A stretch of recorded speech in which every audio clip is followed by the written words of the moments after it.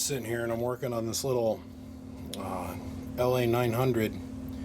It's a great little box for back in the day. I just washed it and washed like a ton of schmoo out of this thing. I mean, a ton of schmoo. Let me show you.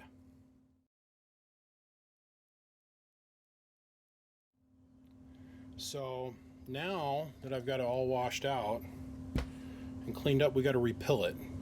This thing has been repilled several times.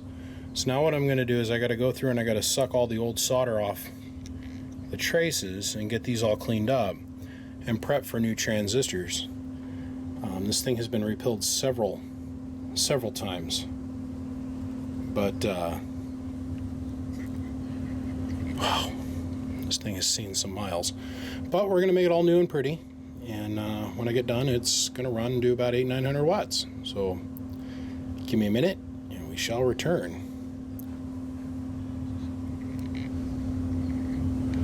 God, they stacked a lot of shit on here. 580. So now this cap's busted, so I got to take all these off and test them. I can't assume everything is right. And these are discolored. That's discolored. So I got to pull all of them and check all of them. This is our fan lead. This should hook up to our on-off switch. I don't believe this is the right resistor for the bias. I'll be back. Fun times. It's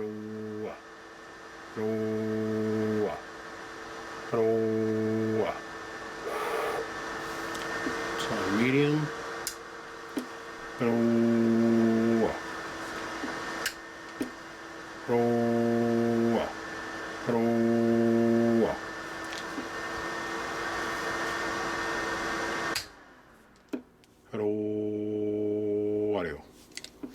Wow, I never screwed with this meter, not once.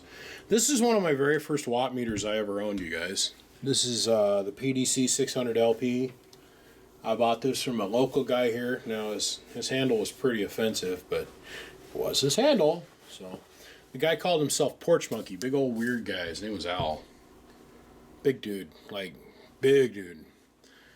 Never bothered to play with this meter like ever. Always guarded this meter with my life because I always thought, when I first saw one of these when I was like 10 or 11, I thought this was the neatest thing in the world. I was like, wow, it shows you your SWR and your modulation and everything all in one whack. This thing's amazing. It's a peak reading meter.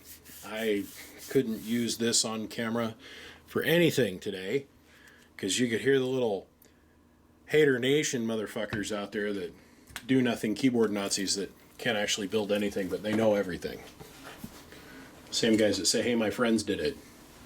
I got my friend, he runs his amp on 25 volts and has for years, never had a problem. Yeah, well, sure he has. Yeah, I just took this up for a couple different reasons. We're going to get around to every single one of them here shortly. Donald here is the same guy that has gotten a couple boxes here rebuilt. Donald's having all kinds of problems at the moment. He's, well, I wouldn't say he's having any problems. I think his watt meter is having some problems. He goes, man, the amplifier is getting so hot you don't even want to touch it. Another box completely other than this one. And he goes, my watt meter is getting so hot you don't even want to touch it. And I said, dude, there's something wrong with your watt meter. Quit using it.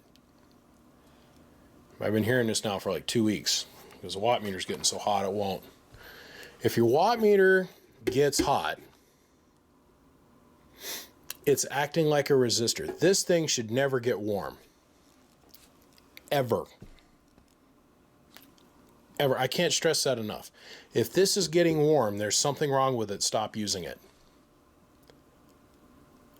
This should have absolutely no resistance to it whatsoever. And the only thing that causes heat is resistance.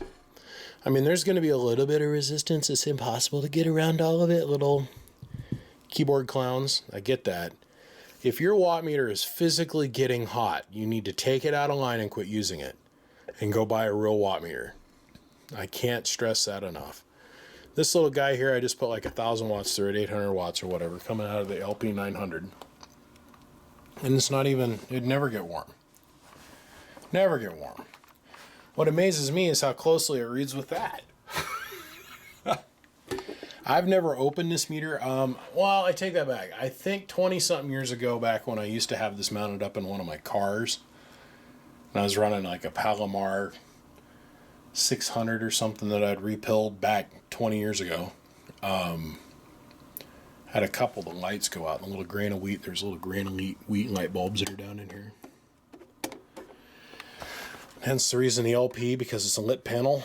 You'd flip that switch, and if you'd fed it 12 volts back here on the back, the thing would light up. I'm considering sending this to Donald, because this is the only watt meter I've got that isn't a bird around here anymore, or an LP100A. And I want him to actually be able to check his schwers with a reliable watt meter. I mean, I tease out little things that come from him, like, you know, the SWR side of it doesn't work that well, so I got to use a Radio Shack SWR meter, just a regular watt meter.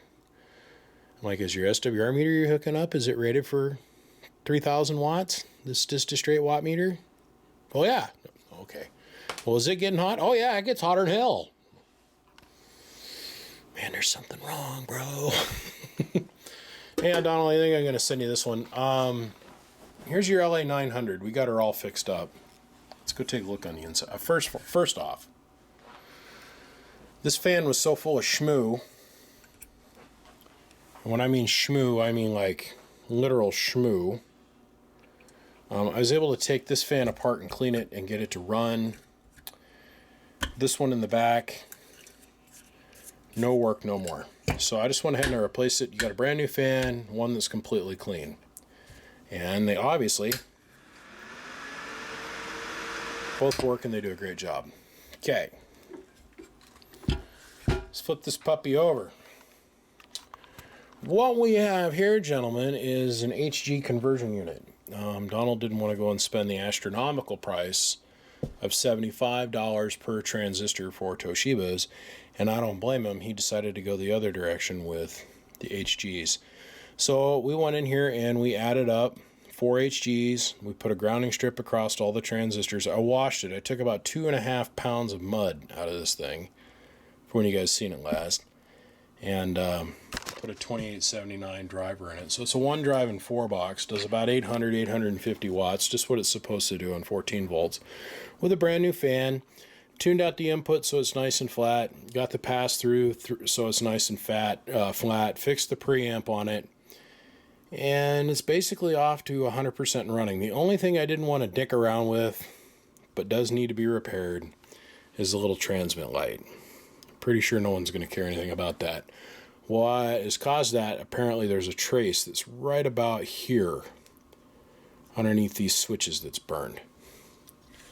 And I didn't want to go through the giant testicle smash of having to take the whole front end of this thing. You got to take the whole box apart basically to get down in there to repair that. I figured Donald doesn't want to pay for that because he doesn't care, because it's going to sit in the trunk of his car and he's never going to see it. It's fixed. So let's see here. We're on the 1,000 watt scale. And if I need to explain to somebody how to read this meter, you need to go back to radio school and learn how to do 1, 2, 3, 4. Look. Hello, audio. This thing says 30. Hello, audio. That one says 20. Close enough. Check this out. Hello, audio. Hello, audio. Hello, audio. Hello, audio. 700 to 750 watts.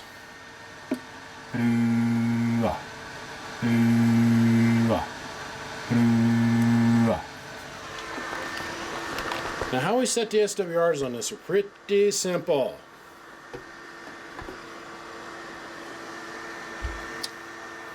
You take and you put it in forward, and you start with the knob at 0. So you have this turned all the way down, otherwise you end up laying the needle all the way in the corner and can screw up the meter. Key up the radio or the amplifier. Take your set knob, move it all the way over here to set.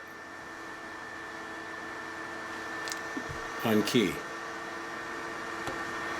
Go to reverse. Test your SWR. Hello, audio. Hello, audio. Now, here's an old radio assassin's trick. And what I mean by that is you're out in the wilds, the African jungles of radio land. You got to have your redneck hat on sideways, and the watt meter, your SWR meter, isn't working. This thing breaks. Okay.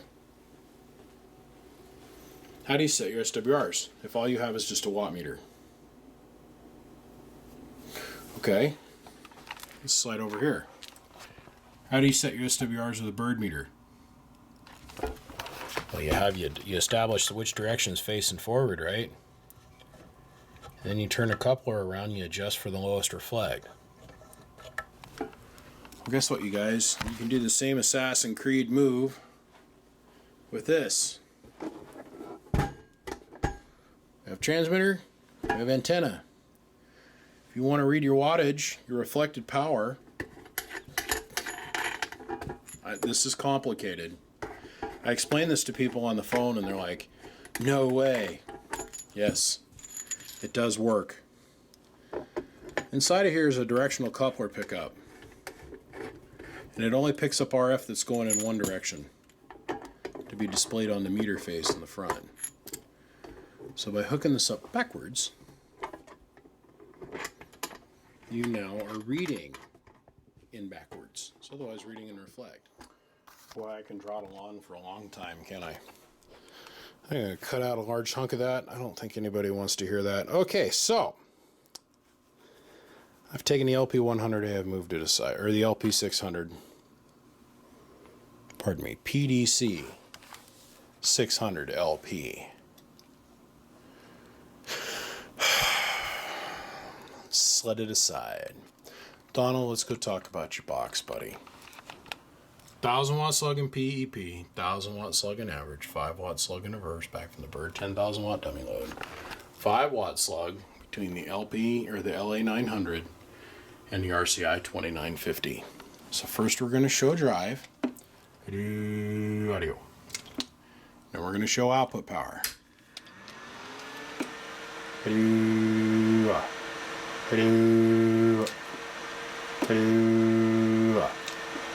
About 850 watts on high.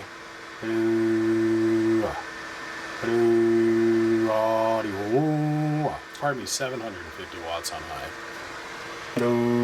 Audio. And about 200 bird. Go down here on medium.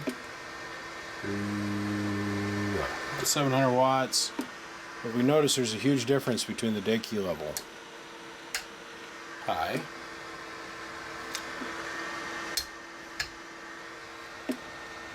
Medium. Low.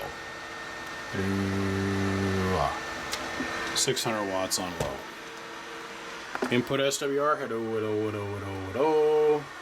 Input reflect. It's on low. We're going to go to medium. Hello. And now we're going to go up to high. Hello. So it's got a good input signal, good reflect, good output power, nice and balanced, 14 volts, pull about 75-80 amps. It's fixed. It's way better than what it was when I came in here, which was minus transistors and missing a whole bunch of parts. Like I said, I had to go in here, I had to go in here and I had to rebuild the flyback circuit and put some grounding in it and complete the circuit that it was missing some stuff, cleaned up a bunch of solder work and washed it. But it's straight, Donald. It's all in one piece. Now you just got to go and find where you put the lid. Because this is what I got in the mail. This is all I got. I didn't get the lid or any of that thing. So, on that note, that's it, Donald. You're 10-8 and straight, buddy. Like I said, I am considering loaning you my watt meter that I've had since I was like 16, 17 years old. It's a 22-year-old watt meter. The modulation side doesn't work no more. And like I said, I've never been inside the thing, so I'm not going to go in there and go fix it because this is bullshit. I mean, bullshit. complete fucking bullshit. So just leave that all the way down and at 0. Now, you know your amp builder likes you if he's willing to loan you his watt meter for a day, especially one that he's had for 22 years, 24 years. It's going to get smashed in shipping. I just know my luck. Remember, boys and girls, the moral of the story is if your watt meter is getting hot, it's probably a good idea to take it out of line, and there's something most likely wrong with it. This should never get hot. Unless you're putting like 5 times the amount of wattage to it that you're supposed to. Just saying. Anyhow, on that note, Donald, I'm out of here, buddy. I hope you enjoyed the video. Gentlemen, my name is BB. Oh, and Donald, I want to explain to you something. So this is RG8 Mini. Okay, this is LMR 400 High Flex. This has got a Teflon dielectric around the solid silver stranded. So there's nickel copper strands that have got silver coating on the inside of them. And then a dual shield high tensile silver braid jacket. This stuff is about, well, depending on where you buy it, it's anywhere from $7 to $12 a foot. This coax here. That's what all my jumpers are now made of. This is the RG400. And pretty soon all this Mini 8 stuff that's in my bench is going to go away, and it's going to get replaced with the RG400. Slow but sure, like this piece of Mini 8 Flex. You can use bigger coax for this lower wattage like this stuff, but this RG400 actually can carry a lot of gizmos. A lot. Donald's been fighting coax links recently. He's been learning, and he's got a lot figured out real quick, and I'm real proud of him. So on that note, I'm going to say, guys, good evening time to you. I'm going to throw this thing in the computer gargler at 2:30 in the morning, and I'm going to go to bed. Gentlemen, my name is BBI. Without a shadow of a doubt, I am the biggest mud duck in Idaho. Come check us out. www.bbiamps.com. Come find me on Facebook, Twitter, Snapchat, Instagram. Got a question that I didn't cover. Call this number here. And make sure to hit the subscribe button. I appreciate you guys. I'm off to go do bigger and better things like examine the backside of my eyelids and pioneer the art of sleeping my face into the pillow as hard as I can and passing the frig out. Off to another day, because tomorrow is going to be another day, another opportunity to help a couple more people and answer the phone and talk about radio some more, which is what I live for 24/7. Gentlemen, I'll see ya. Donald, I'll see you, and I'll call you on the phone tomorrow. I'm out of here, 10-7. See ya. Bye.